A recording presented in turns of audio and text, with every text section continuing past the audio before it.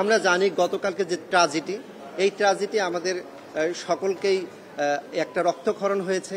আমরা সেখান থেকেই পাবলিক ইন্টারেস্ট লিটিগেশন হিসেবে আমি এই রিট পিটিশনটা ফাইল করেছি। আজকে আমরা এই রিট পিটিশনটা ফাইল করেছি ম্যাডাম জাস্টিস ফাহমিদা কাদের এবং মিস্টার জাস্টিস মোহাম্মদ আসিফ হাসানের কোর্টে। আমরা এখানে রিট পিটিশনটার পারমিশন চেয়েছি, কোর্ট আমাদেরকে পারমিশন দিয়েছে। আগামীকালকে শুনানির জন্য তারিখ নির্ধারণের জন্য আমাদেরকে বলেছে মেনশন স্লিপ জমা দেওয়ার ক্ষেত্রে। তো আমরা রিটে যেটা চেয়েছি, আমাদের রুলে 3টা বিষয় আমরা চেয়েছি।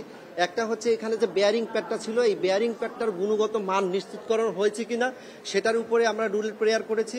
এবং এটার সঙ্গে এই বেয়ারিং প্যাড এবং মেট্রো রেল এবং সারা ঢাকা শহরের যে ফ্লাইওভারগুলো আছে, ফ্লাইওভারের যে রক্ষণাবেক্ষণ আছে, এই রক্ষণাবেক্ষণের কোনো অবহেলা আছে কিনা এবং এই অবহেলাজনিত কারণে এই ঘটনা, এই ট্র্যাজেডি হয়েছে কিনা সেটার উপরে আমরা রুলের প্রেয়ার করেছি।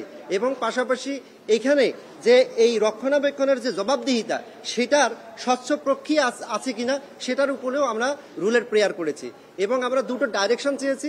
একটা হলো, ইতিপূর্বে আপনারা জেনে থাকবেন 2020 সালে বুয়েট কর্তৃক এই বেয়ারিং প্যাডের যে মান সেটাকে স্পষ্টকরণ করা হয়েছে এবং পরবর্তীতে 2024 সালে এরকম একটা আহতর ঘটনা ঘটে এবং একই জায়গায় সেই ঘটনার পরবর্তীতে একটা প্রুফ কমিটি হয়। সেই কমিটির রিপোর্ট কি আসছে এখনো পর্যন্ত আমরা কেউ জানি না। সেই রিপোর্টটা কোর্টের সামনে সাবমিট করার জন্য আমরা ডাইরেকশন চেয়েছি।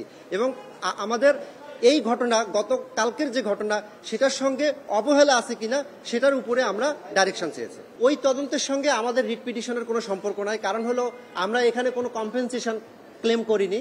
আমরা এখানে কোনো একটা পার্টিকুলার পিলারকে আমরা এখানে প্রুফ কমিটিতে নিয়ে আসিনি। আমরা হোল ঢাকা শহরের যত বেয়ারিং প্যাড আছে এর গুণগত মানটা এবং এটা রক্ষণাবেক্ষণ ঠিক আছে কিনা সেটার উপরে আমরা রুলটা প্রেয়ার করেছি।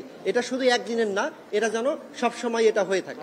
সেটার অবহেলা আছে কিনা সেটার উপরে আমরা ডাইরেকশন চেয়েছি। একটা প্রুফ কমিটি থাকবে এবং সেই কমিটির রিপোর্টটা 15 দিনের মধ্যে যেন কোর্টে দেওয়া হয়, এরকম আমরা একটা ডাইরেকশন চেয়েছি। সেইটাই আমরা ওই সময় যে কমিটিটা গঠন করা হয়েছে সেটা এখনো এই রিপোর্টটা কি সাবমিট হয়েছে এবং সেখানে কি তথ্য তারা পেয়েছে সেটাও আমরা এখানে ডাইরেকশনের মধ্যে নিয়ে আসছি।